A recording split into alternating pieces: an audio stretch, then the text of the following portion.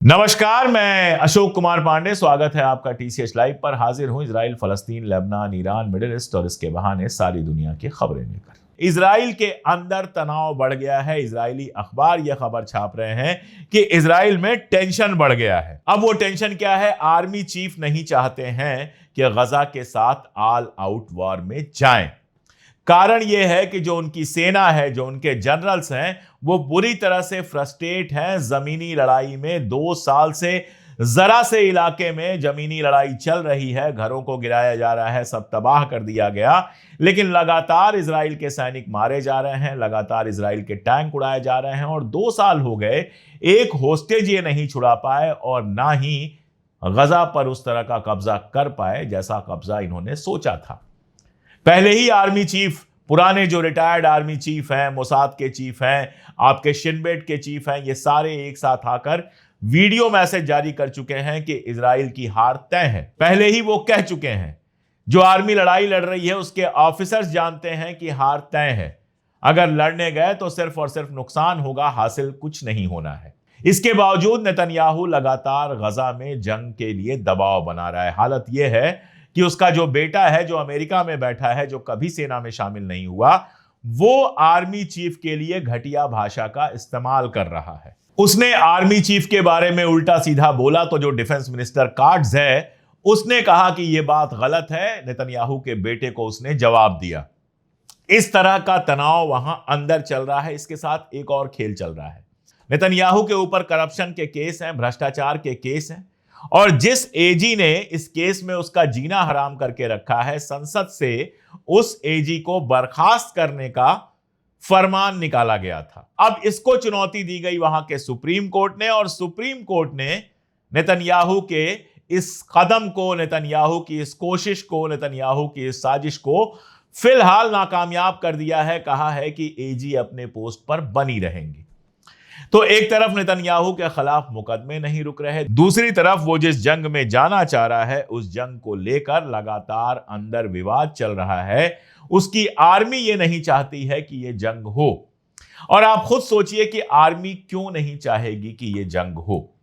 बहुत सीधा सा मतलब है कि आर्मी जमीन पर लड़ाई लड़ रही है और उसको अच्छी तरह से पता है कि इस तरह की जंग से कुछ हासिल नहीं होना है। इसके पहले जो आर्मी के चीफ थे उनको हटाया गया था, क्योंकि वो भी यही बात कह रहे थे कि गजा में अब और लड़ने का कोई मतलब नहीं है, हासिल कुछ नहीं होना है नुकसान के अलावा। अब ये जो नए चीफ हैं वो भी यही बात कह रहे हैं और कहा जा रहा है कि अगर वो लड़ने को तैयार नहीं है तो इस्तीफा दे दे। सरकार और आर्मी के बीच में अगर इस तरह की तनातनी, इस तरह की लड़ाई चल रही है तो यकीन जानिए इजराइल का अपना वजूद जाहिर तौर पर खतरे में है। दुनिया में कहीं नहीं होता है कि सरकार कहे जाओ लड़ो और आर्मी कहे हम नहीं लड़ेंगे। अगर ऐसा वहां पर हो रहा है तो इसका बहुत सीधा सा मतलब है कि इजराइल की गवर्नमेंट में, इजराइल की सोसाइटी में कुछ सीरियस प्रॉब्लम है।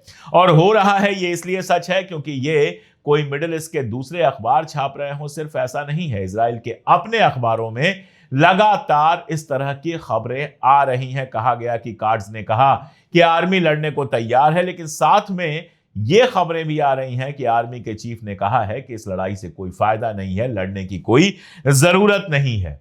खबर छपती है जिसमें कहा जाता है कि फ्रस्ट्रेशन ऑन ग्राउंड ऑपरेशन, जमीनी लड़ाई में लगातार फ्रस्ट्रेशन हो रहा है। जिस तरह की सफलता सोची गई थी उस तरह की सफलता नहीं मिल रही है। लगातार सैनिक मारे जा रहे हैं, टैंक उड़ाए जा रहे हैं, लगातार डिप्रेशन में जा रहे हैं वहां के सैनिक, आत्महत्या कर रहे हैं वहां के सैनिक। और खबर यह आती है कि मेंटल हेल्थ वहां के सैनिकों की बिगड़ी हुई है। क्यों नहीं बिगड़ेगी? मासूम बच्चों, औरतों को मार देना बड़ा आसान काम है, लेकिन जब मैदान में सामना होता है एक ऐसी आर्मी से जो जान देने को तैयार है, तो आसान नहीं होता है उसका सामना कर पाना। और इसीलिए इजराइल की आर्मी इस समय बिल्कुल नहीं चाहती है कि यह जंग लंबी चले। वहां लगातार प्रदर्शन भी हो रहे हैं, वहां की जनता भी चाहती है कि किसी तरह से जंग रुके। लेकिन इजराइल के पास अगर कोई ट्रंप कार्ड है तो वो डोनाल्ड ट्रंप जैसा जोकर है। मैं बार बार कहता हूं कि डोनाल्ड ट्रंप एक जोकर है जिसको अपना ही कहा याद नहीं रहता है। अभी कुछ दिन पहले उसने कहा था कि वहां पर भूखमरी है, स्टारवेशन की प्रॉब्लम है, और इस बात से इंकार नहीं किया जा सकता। अब वो स्टारवेशन की जगह कहता है खाने की प्रॉब्लम है और यह कहता है कि इजराइल उसको ठीक से दूर नहीं कर पा रहा, इसलिए अमेरिका अपने हाथ में ले लेगा कि वहां लोगों को इमदाद पहुंचे, वहां लोगों को खाना पहुंचे। लेकिन साथ में यह भी कहता है कि जहां तक गजा पर कब्जे की बात है, वो इजराइल का अपना मामला है, उसमें मैं इंटरफियर नहीं करूंगा। यानी इजराइल अगर गजा पे कब्जा करना चाहता है तो मुझे कोई दिक्कत नहीं है, बस मैं लोगों को खाना पहुंचाता रहूंगा, तुम कुछ नहीं करोगे, तुम सिर्फ इजराइल की दलाली करते रहोगे, क्योंकि एप्स्टीन फाइल्स इजराइल के पास हैं। और आज न्यूयॉर्क टाइम्स में जो तस्वीर निकली है, जो न्यूज निकला है, वो ये बताता है कि किस तरह से ट्रंप के फोटोग्राफ्स एप्स्टीन के घर में मिले हैं, जो बताते हैं कि एप्स्टीन का कितना करीबी था ट्रंप। लेकिन इन फोटोग्राफ्स में एक और फोटोग्राफ मिला है जो पूरे अरब वर्ल्ड के लिए बेहद खतरनाक है। सऊदी अरबिया के जो प्रिंस हैं, क्राउन प्रिंस हैं एमबीएस, उनकी तस्वीर मिली है एप्स्टीन के घर में, एप्स्टीन के साथ। एप्स्टीन के बारे में जो लोग भूल गए हों उनको मैं आपको बता दूं कि एप्स्टीन जो है वो मोसाद का जासूस कहा जाता है, मर गया, वो जेल में ही मर गया। उसके पास एक आलिशान बंगला था और एक आलिशान द्वीप था, आइलैंड था, जहां पर रईसों को ले जाता था वो छोटे छोटे बच्चों और बच्चियों के साथ अय्याशी करवाने के लिए। उसके घर से अरब जगत के सीनियर लीडर, सऊदी अरबिया के क्राउन प्रिंस की तस्वीर मिलना, और ऐसी तस्वीर जिनमें उनका सर भी नहीं ढका हुआ है, वो तस्वीर बहुत मुश्किल से कहीं मिलेगी। साफ दिखाता है कि बहुत करीबी दोस्ती थी। ऐसी तस्वीर का मिलना अपने आप में बेहद खतरनाक है और एक सवाल खड़ा करता है कि क्या सऊदी अरबिया भी गजा के साथ उस तरह से नहीं खड़ा होता, या इजराइल की पीछे पीछे से कई बार मदद करता हुआ दिखता है। इसकी वजह यह है कि एमबीएस की भी कोई फाइल, एमबीएस का भी कोई वीडियो इजराइल के पास है। यह सवाल बड़ा सवाल है। आज इस पर भले बात ना हो, लेकिन आज नहीं तो कल इस पर बवाल होना, बात होना तय है। उधर सीसी साहब जो हैं इजिप्ट के राष्ट्रपति, उनका बयान आया है जिसमें उन्होंने इजराइल जो गजा में जेनोसाइड कर रहा है उसकी मजम्मत की है। ये वही सीसी साहब हैं जिन्होंने कुछ दिन पहले, जब अल अजहर यूनिवर्सिटी के जो चीफ हैं उन्होंने गजा में जेनोसाइड के खिलाफ एक बयान दिया था, तो उनको रोक दिया था। दरअसल देखिए, हुक्मरानों के जो बयान आ रहे हैं, या पश्चिमी देश जो कह रहे हैं कि हम फलस्तीन को खुद मुख्तार मुल्क का दर्जा देंगे, ये कोई अपने दिल से नहीं कह रहे हैं। ये इसलिए कह रहे हैं अवाम का प्रेशर बहुत ज्यादा है, जनता का प्रेशर बहुत ज्यादा है, जनता को खुश करने के लिए इस तरह के बयान आ रहे हैं। वरना सीसी चाहते तो गजा के लोग भूखे नहीं मरते। और ब्रिटेन के बारे में तो आज ही यह खबर आई है कि आज के दिन जब ब्रिटेन इतनी सारी बातें कर रहा है, फलस्तीन को आजाद मुल्क का दर्जा देने की बात कर रहा है, तो भी रॉयल एयरफोर्स जो है ब्रिटेन की जो एयरफोर्स है, उसकी प्लेन्स जो हैं वो गजा का चक्कर लगा रही हैं, वहां से इंटेलिजेंस इकट्ठा कर रही हैं और इंटेलिजेंस इकट्ठा करके इजराइल को दे रही हैं। यानी गजा में जो जेनोसाइड चल रहा है उसमें इजराइल की मदद कर रही हैं।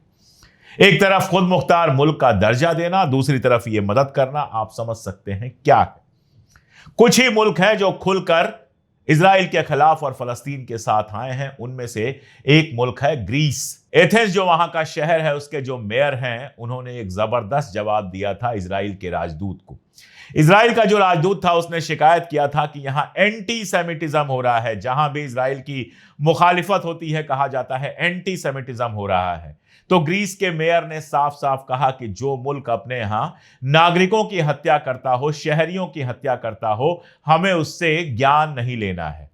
और उसके बाद इजराइल ने ग्रीस से जो अपनी एम्बेसी है वो खाली करवा ली, इवैक्यूएट करवा ली, क्योंकि ग्रीस में लगातार इजराइल की मुखालिफत हो रही थी। यह होता है साथ में खड़ा होना, यह होता है बिल्कुल ताकत से फलस्तीन के साथ खड़ा होना और इजराइल के खिलाफ होना।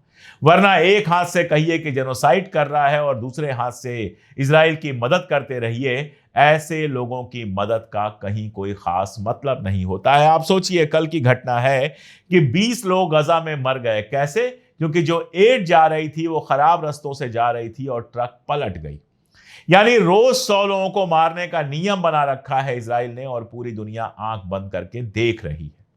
अब देखना यही है जो नेक्स्ट फेज की बात कर रहा है नेतन्याहू, वो नेक्स्ट फेज इजराइल गजा में करता है या फिर लेबनान में करता है। लेबनान के ऊपर नजरें बनाए रखिए, कभी भी कुछ भी हो सकता है, ना हो ये मैं भी चाहूंगा, आप भी चाहते हैं, लेकिन जो हालात बनते देख रहे हैं उनसे ऐसा लगता है कि लेबनान में कहीं भी कुछ भी हो सकता है। आज के लिए इतना ही, बहुत शुक्रिया।